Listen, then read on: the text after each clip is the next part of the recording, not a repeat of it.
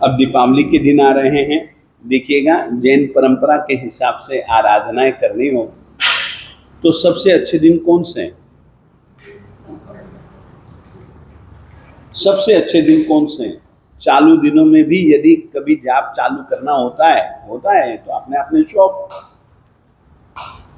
तो परमात्मा के 5 कल्याणक होते हैं, तो 5 कल्याणकों में से कोई भी तीर्थंकर का कोई भी कल्याणक का दिन हो, आप आराधना चालू कर सकते हो।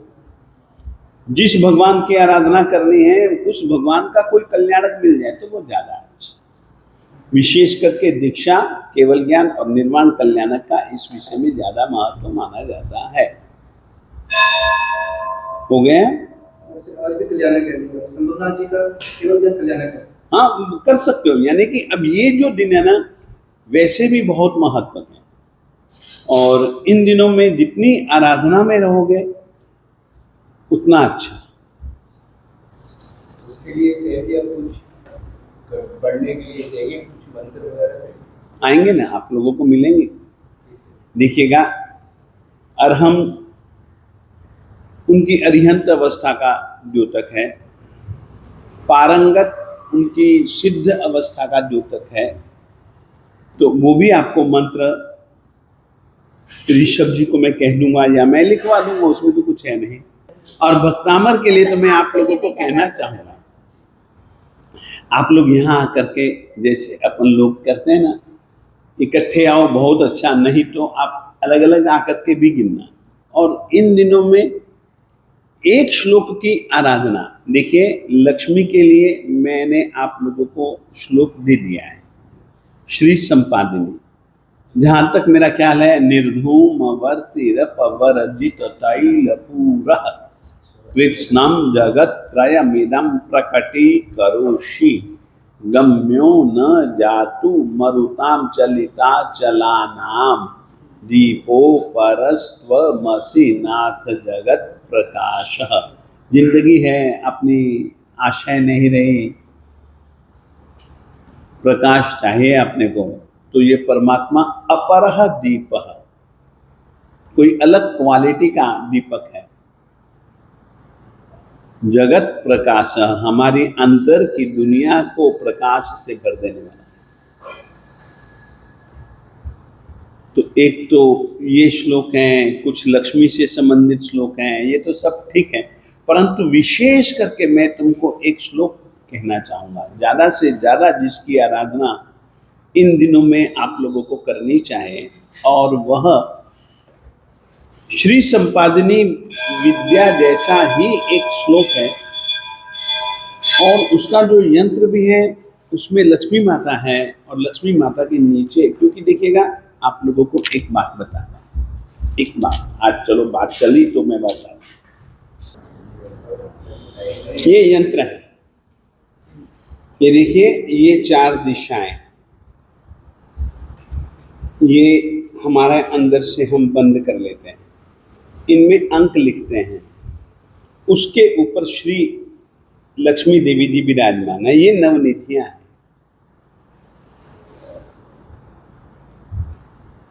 नवनिधियों की मालकिन सर लक्ष्मी माता है। इस तरीके की कल्पना के साथ एक यंत्र है, यानी कि आप ये समझो, तो उस यंत्र के ऊपर लक्ष्मी माता जी बैठी हुई हैं और वो परमात्मा की अपने को आराधना कर रहे हैं, आदिनाथ जी की। वो श्लोक श्री संपादिनी तो नहीं है, परंतु सब कष्टों के निवारण के लिए सबसे अच्छा श्लोक है आराधना के लिए। आप वो श्लोक की आराधना कम से कम 3 दिनों में सुबह प्रातः काल आप ज्यादा से ज्यादा करें, मैं अभी बता दे रहा हूं। और उसका यंत्र ही श्री यंत्र है, वो स्वयं लक्ष्मी माता जी के द्वारा अधिष्ठित यंत्र है, और वो श्लोक उसी यंत्र का है। मैं जो श्लोक दे रहा हूं उसी यंत्र का ही तुम लोगों को देना चाहता हूं, क्योंकि तुम लोगों की एक श्रुत भक्ति, यानी कि जो आए तुम लोग, ये तुम लोगों को सुनने में रस, ज्ञान में रस, इस कारण से समझो क्योंकि मुझको सबसे ज्यादा जचता ज्ञान है। तो तुम लोगों के इस कारण से समझो, कुछ भी समझो, आप लोग वो ज्यादा से ज्यादा करें। और आप लोग यदि समर्थ और समृद्ध बनोगे तो शासन की सेवा करना कभी भी मत भूलना। प्राय करके आदमी जब आता है ना कि महाराज जल्दी से जल्दी दो, हम कुछ धर्म की सेवा नहीं कर पाते, देने का मन बहुत होता है, परंतु होता क्या है, जब कमाई चालू हो जाती है ना तो वो ज्यादा लेने में ही रह जाता है, देने में तो कभी विचार ही नहीं करता। आप लोगों को वो आराधना करनी है, पाना है, निश्चित पाना है, ऐसी कोई बात नहीं, पाना ही है, परंतु उसका व्यय अपने धर्म के लिए मत भूलिएगा, कभी भी मत भूलिएगा। सुकृत्यों को करते ही रहिएगा।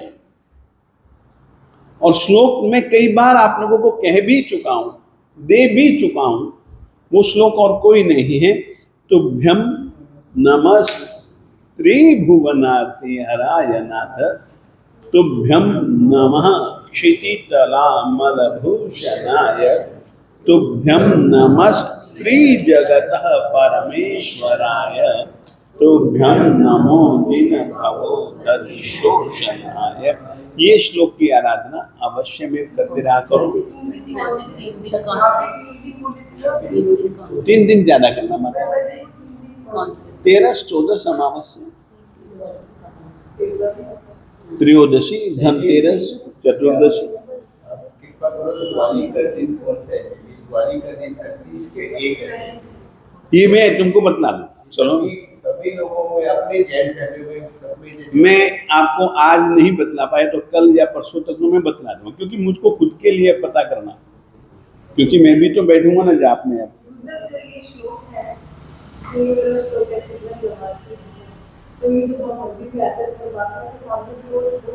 करना ही चाहिए, कारण है ये परमात्मा से ही संबंधित है। और इसमें जो शक्तियों का वर्णन है, देखिएगा आपको कहना चाहता हूँ, भक्तामर में कुछ शब्दों का प्रयोग आपको बहुत ज्यादा मिलेगा,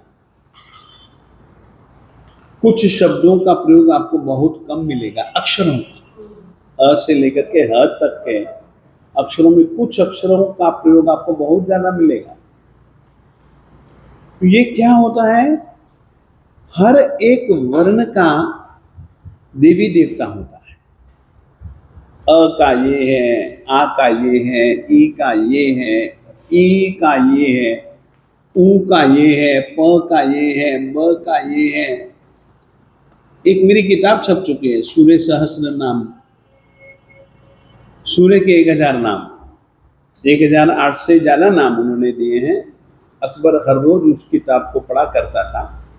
अकबर के लिए ही, मेरे ख्याल से अकबर के लिए ही वो किताब बनाई गई, जैन आचार्य के द्वारा, जैन उपाध्याय जी के द्वारा, भानुचंद्र नाम के उपाध्याय जी के द्वारा।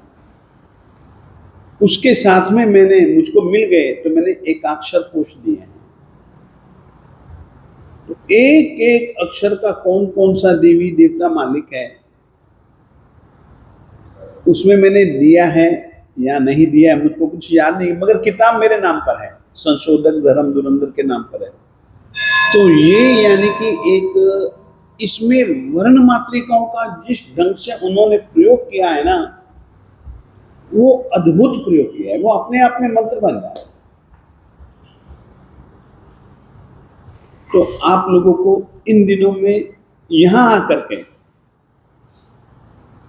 परमात्मा के पास में आकर के, बस आदिनाथ जी हैं अपने, सुवर्ण वर्णी हैं, और जो अरिहंत की प्रतिमा जैसी होनी चाहिए वैसी ही ये प्रतिमाएं अष्ट प्रातिहार्यों से युक्त है।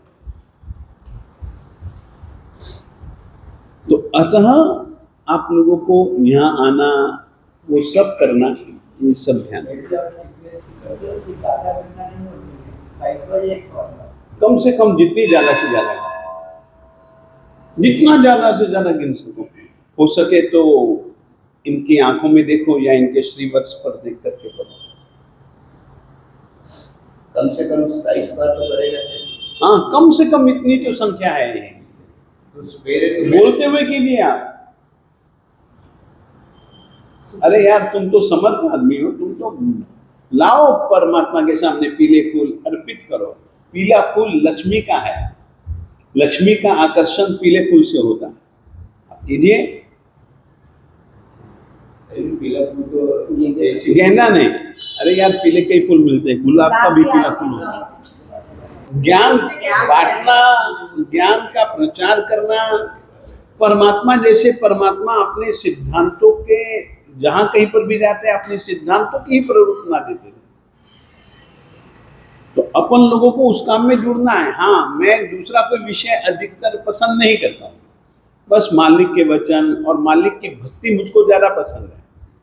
और भक्ति को लेकर के क्या क्या स्वरूप आते हैं, भक्ति के क्या क्या आप लोग जाप करने के लिए, ध्यान करने के लिए पद ले सकते हैं। जैसे कि तीर्थंकर के सामने बैठे, अभी और कुछ नहीं, मेरे पास 5 मिनट टाइम है, मुझे पता है कि 5 मिनट के बाद धर्म धुरंधर ने ऊपर भागना है। कल्पना करो, होता है ना, कुछ नहीं, ये बैठे।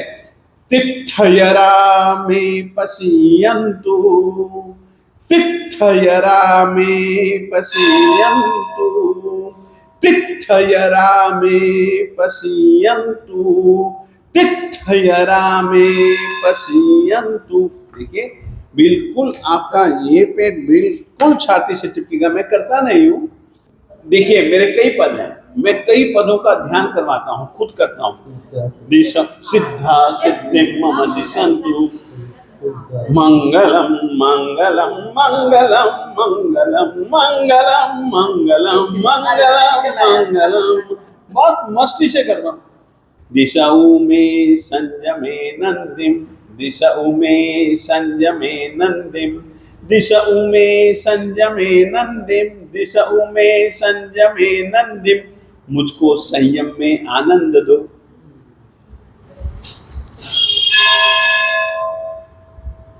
यानी कि ऐसी सैकड़ों प्रार्थनाएं जो कि आपको लोगस में ही मिल जाएंगी और कई जगह मिल जाएंगी, उसका अर्थ ध्यान में आना चाहिए। अपने सूत्र बड़े अद्भुत हैं।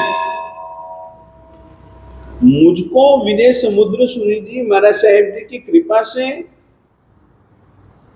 पढ़ने लिखने की रुचि मिली, उनकी प्रेरणा से। उनकी प्रेरणा से पिताजी की, एक हमारे साथ में थे शांति विजय जी, उनकी मेहरबानी से मुझको चिंतन करने की आदत पड़ गई। चिंतन को तो इस तरीके से उन कार्यों के बहुत उपकार हैं, बहुत उपकार है मेरे ऊपर, बहुत उपकार। मैं उनको कभी भी नहीं भूलता। आप मानेंगे नहीं, शांति विजय जी से मेरा इतना लगाव कि शांति विजय जी महाराज साहब जी के मंदिर का जीर्णोद्धार मैंने इससे करवाया, कुलदीप से। ये यहां से वहां जाकर के देखा करते, हैप्पी और कुलदीप। मैंने कहा उनके गांव में मंदिर है, अब ठीक होना चाहिए। वहां के लोगों ने भी मुझसे कहा, मेरी भी इच्छा थी। यानी कि उपकारियों का उपकार तो कभी भी नहीं भूलना चाहिए, कृतज्ञता तो चाहिए, ये ध्यान रखिएगा। तो आप लोग से मेरा अनुरोध, आप लोग जाप करें, ध्यान करें, बैठें, प्रार्थना करें। अपन लोग, मैं तुमको हर रोज प्रार्थना करवाया करूंगा, इसमें क्या है, हर रोज प्रार्थना करो, किस तरीके से बोलना, ये सब चीजें आप लोगों को करनी चाहिए। देखिए, मैं तो क्या पढ़ लिख करके बात खत्म कर देता हूं, आप लोग कर सकते हो। मैं तो किया, अजमाया, छोड़ दिया। मैं एक को पकड़ करके नहीं बैठा रहता हूं। यार आगे भी तो बढ़ना है हमको, आगे भी तो बढ़ना है। राह तो अब बहुत दूर है, मंजिल बहुत दूर है। तुम लोगों में भी एक ऐसी ललक पैदा होनी चाहिए, शरीर भी स्वस्थ, मन भी स्वस्थ,